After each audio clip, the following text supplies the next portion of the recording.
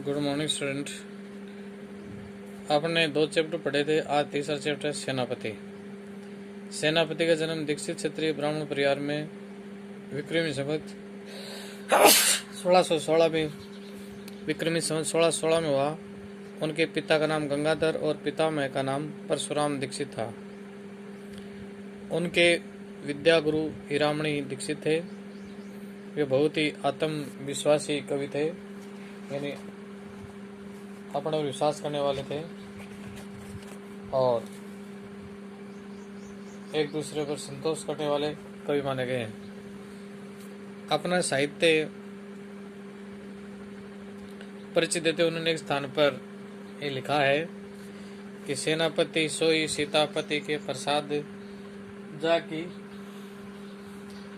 सब कवि कान दे, सब कवि कान दे सुनत कविताई है।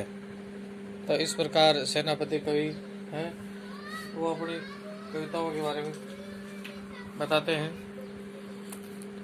रीतिकाल के महान कवि और भावप्रवण कवि माने जाते हैं। कुछ लोगों का कथन है कि सेनापति इनका उपनाम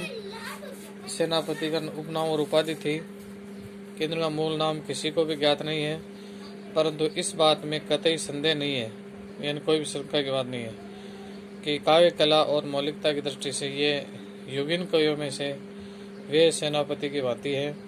सेनापति राम भक्त कवि थे।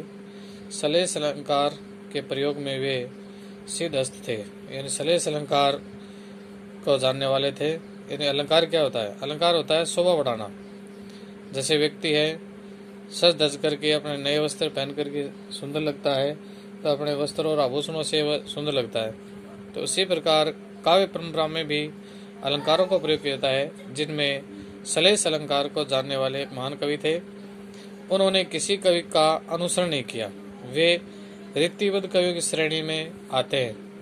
उनकी 2 प्रमुख रचनाएं हैं जो प्रसिद्ध है। नंबर 1 काव्य कल्पद्रुम, दूसरा है कवित रत्नाकर। काव्य कल्पद्रुम जो अप्राप्य, जो प्राप्त नहीं कर सकते हम, इसका काव्य शास्त्रीय ग्रंथ रहा होगा। उनके कविताओं में अलंकार और रस ध्वनि के